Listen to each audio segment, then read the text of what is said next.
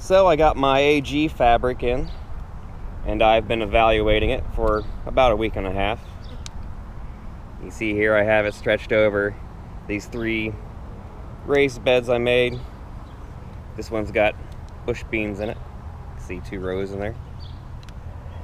This stuff, you know, it'll work for the cucumber beetles and the stink bugs, but the mesh is just too open for things like flea beetles and thrips. So you're going to get smaller bugs in there. And you can see it's a square mesh instead of a looping weave.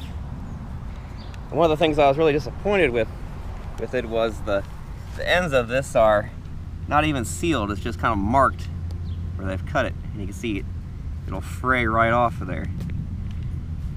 You'd have to go maybe a double it over, then heat seal it to lock it in. But this 16-foot wide roll is actually made of 2 smaller lengths. You can see they've seamed it right here. So it makes me wonder why they don't just seam the ends too, because that's going to take the life out of it really quick that way. It is a little bit thicker, not as stretchy, has more weight to it, which can be good since it's not affected as much by the wind when it's heavier. I've got some peppers over here underneath it. And I've had just a tiny bit of damage. You can see like on these beans where I've trapped a few beetles in here, a few Japanese beetles that I killed with a little bit of isopropyl alcohol, which you can kill any beetle or bug with a little tiny squirt of 91% isopropyl alcohol. And of course, when you put this fabric on, you'll see them usually up at the top trying to get out. So just go ahead and hit them there. But this will probably hold up all right, as long as I can take care of the margins that aren't sealed up. I do notice that the birds like to land on this material, and maybe this stuff more so just because it's heavier.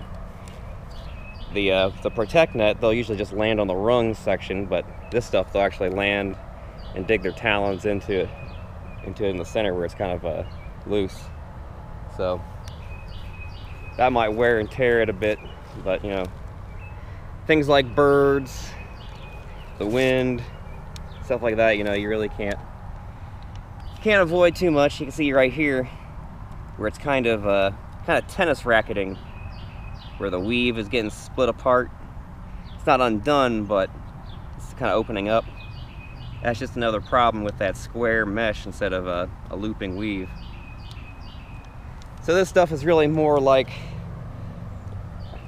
nylon window screen, which, you know, you can actually use window screen if you have that in wide enough length. So I gave it a 3 out of 5 star review. Like I said, I think it'll still work just fine because I really don't get too much damage with things like flea beetles and thrips. It's mostly the cucumber beetles and the stink bugs that affect my area. But in my opinion, if you got the money, go ahead and splurge for the protect net. Get it from Nolt's Supplies, the link I've had in the description. I'll also give the link to where I bought this on Amazon as well.